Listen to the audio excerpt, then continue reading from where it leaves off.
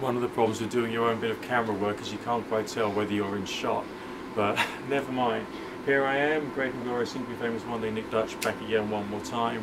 Looking a little older, still cool as ever. Now, I've had a little Facebook conversation with a friend of mine, and he wants me to talk about brainwaves, brainwave entrainment. This is another one of those like highly unscripted little talks that I'll be doing, that I tend to do, so you're just going to get what's going to come straight out of my mind on the basis of what I know, what I've experienced, and who I am as a person, having done this stuff for a little while. Brainwave entrainment is when you take an external stimuli, so that's like flashing lights, beeping noises, binaural beats, that kind of thing, and you experience them and essentially see what happens. The frequency of the flashing lights, beeping noises, binaural beats, and so on and so forth will be chosen based upon your understanding of what particular brainwave frequencies you want to try and generate and what kind of results you essentially think you want to try and get.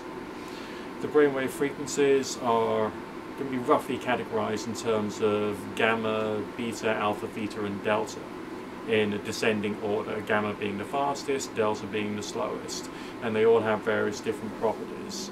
If we're talking about gamma, that's usually over 30 cycles per second, or is considered to be over 30 cycles per second. Beta is between 12 and 30 cycles per second.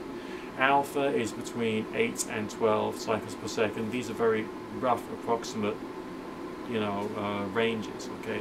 And some other sources will give slightly different values, but just accept that for now. Accept these for now, okay? Then theta is between 3 and 8 cycles per second. And then finally you got delta, which is beneath 3 cycles per second.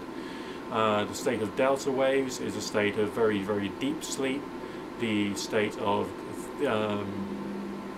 theta is like deep meditation and some forms of lighter sleep, possibly even dream sleep.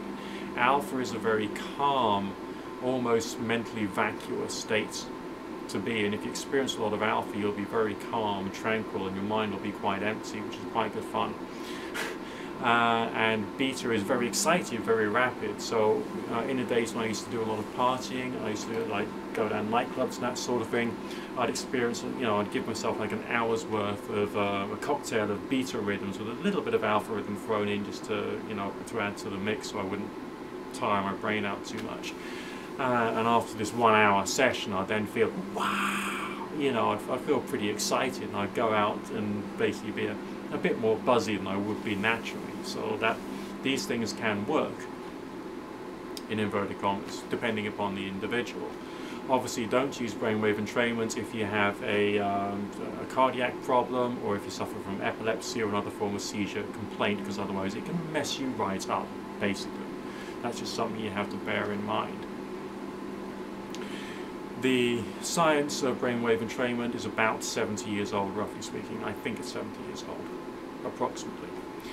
And some of it is actually really rather interesting. It's been found that people who have alcoholism do lack some specific frequencies. I believe one of them is called P3, although I'm unaware as to precisely what the frequency of the P3 brainwave frequency actually is. I just don't know. Okay. Some other theorists have suggested that it's worthwhile increasing the amplitude of all of the brain waves that you have. And so some people will create protocols using their mind machines. I like the mind machine method, as well as, of course, trance drumming and binaural beat generators, in order to try and stimulate a wide variety of frequencies you might have, make those more predominant in the brain. And to just make yourself more awake and alive, and to massage any parts of your being that may be lacking. One could say hypothetically that lifestyle choices could have an impact upon how your brain reacts, and what particular combination of brain waves you have going within your brain. If you think about it, people who do a lot of meditation would have a nice happy alpha theta state going much more than people who don't. And likewise, people who've abused their body will have different things going on inside them than people who haven't, okay?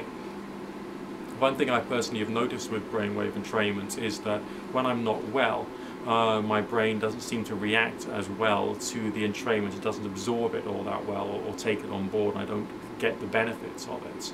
So if you want to try and find out more about your health in terms of how you're put together as a person, it's worthwhile learning about brainwave entrainment and using that as part of your own exploration of your body and your mind, because it can be a real good educator as to how all these things, body, mind, being, and all the rest of it, just fits together. So it can have its importance, even if you're not someone who's doing it for meditation or spiritual purposes or personal development purposes or trippy purposes or whatever. So, you know, think about these things. It's quite a laugh no matter what.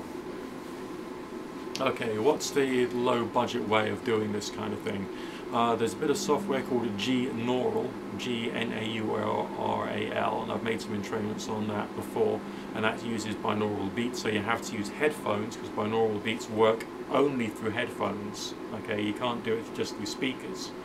The other forms of tones, like the pulsing isochronic tone, you can do those just through your speakers, unless of course you want to make sure you're controlling the left and right side, in which case again headphones is desirable.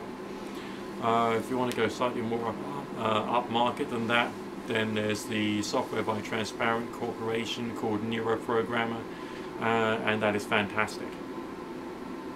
And that does all kinds of weird and wonderful stuff, and it is also audio strobe compatible, so essentially you can create audio strobe forms of entrainment which you can plug into your mind machine and program your mind machine from your computer, and it's all really rather amazing.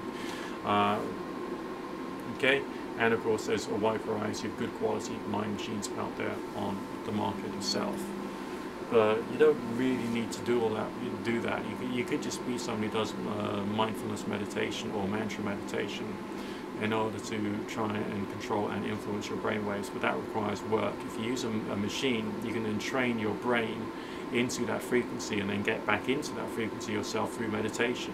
So the action of using the machine or the binaural beats trains your brain into the frequency. Then you can use your meditation to get there, if that makes any sense. I don't know if I explained myself all that well, but never mind. Okay, take it easy. If you try a new frequency for the first time, it may actually feel like hard work. If you put on your strobe light glasses, you put on your headphones and you get in and you explore that frequency, you may be feeling like you're struggling, because your brain is being told to go into that frequency defined by the flashing strobe lights and by the beeping noises in your earphones, but it won't want to. It's not used to it, it's not accustomed to it. So that implies to me that this is a skill which you need to develop and internalize, so that you can then create through the whole neuroplasticity and neurogenesis thing, the brain structures to be able to be in those frequencies and to do so happily. Are you with me? Okay? With all these things which are out there as far as like brainwave weird stuff is concerned, there will always be an awful lot of extra stuff thrown in to simplify everything and to try and get people mesmerized by cool, shiny ideas, which helps keep people as customers, but doesn't necessarily advance your knowledge base. So you always have to be critical of what you're watching and listening to and reading. You've also got to be very critical about your own thoughts and understandings and beliefs which you're developing as a result of looking into all this stuff. Because as you're going through this process, you will be capable of leading yourself astray and developing new, wonderful and weird beliefs on the way, but you won't know you're doing it. You'll think you'll be coming to, in a very rational and objective way, some hard and fast truths about the way that the human being works, when in fact you might be wrong. So it's another way, I suppose you can treat it like another discipline. Finding out about brainwave entrainment is another discipline to improve yourself as a person, because you have to challenge the ideas that you yourself have, and also the ideas that you yourself are finding out about. It's always good to go to the scientific sources, but it's also important to do the actual objective research yourself and then come to your own conclusions. Okay?